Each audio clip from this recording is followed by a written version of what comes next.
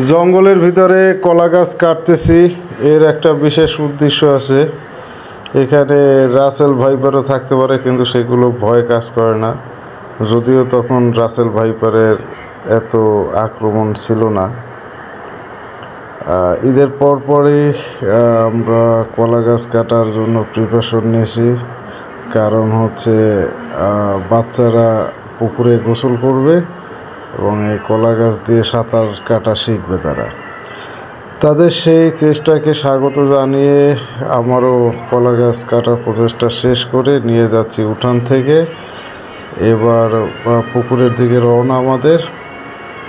তো কিছুক্ষণের পরেই পুকুরে চলে আসবো, বাড়ির আঙিনা পার হয়ে পুকুরের কাছাকাছি চলে আসি। অনেক বড় একটা পুকুর আমাদের, এরকম আমাদের আরও 2টা পুকুর আছে। এখানে এই পুকুরেই হচ্ছে বাচ্চারা সাঁতার কাটবে, সাঁতার শিখবে। যদিও এখনও সাঁতার কাটতে পারেনি, তারা খুব উৎফুল্ল যে তারা সাঁতার শিখবে কলা গাছ দিয়ে। তো সেই চেষ্টাকেই সমর্থন জানিয়ে আমি কলা গাছ কেটে নিয়ে আসি। তারা দুজন অপেক্ষা করতেছে, আমি একটু তাদের সাথে মজা করতেছি, একাই সাঁতার কাটতেছি। কিন্তু তারা ডাক চিৎকার শুরু করছে তাদেরকে নেওয়ার জন্য, কেন তাদেরকে নিচ্ছি না। তো একটু পরেই তাদেরকে নিব, জাস্ট একটু মজা করলাম। কিছু অবশিষ্ট খোল আমি ছুঁড়ে ফেলে দিলাম, কারণ ওগুলোতে ডিস্টার্ব করবে। তো ছোটো ছেলে আছে, সে আমার আসার আগেই অর্ধেক পানিতে নেমে গেছে, কলা গাছ ধরে ফেললো। তার সে কী যে খুশি। যদিও কলা গাছ সে সোজা রাখতে পারে নাই প্রথম দিনে, কলা গাছ শুধু ঘুরে যাচ্ছে।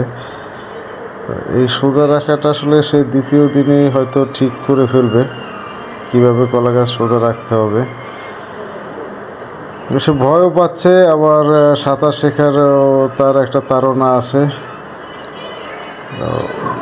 সে কলা গাছ শক্ত করে ধরে বসছে, পা দিয়ে সাঁতার কাটার চেষ্টা করতেছে। কিন্তু প্রথম দিন যেহেতু পাটা সেরকম ভাসতেছে না বা সেরকম সাঁতার কাটতে পারতেছে না, এটা আসলে চেষ্টা করতে করতে এক সময় হয়ে যাবে। সে চেষ্টা করে থাক, আর আমি কলা গাছ ধরে বসে থাকি যতক্ষণ না পর্যন্ত তার ইচ্ছা পূরণ না হয়।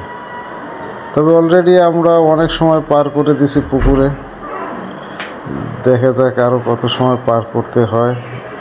পিছনে ছোট একটা বাচ্চা ছেলে, আমার ভাইয়ের ছেলে, সে সাঁতার শিখে ফেলছে।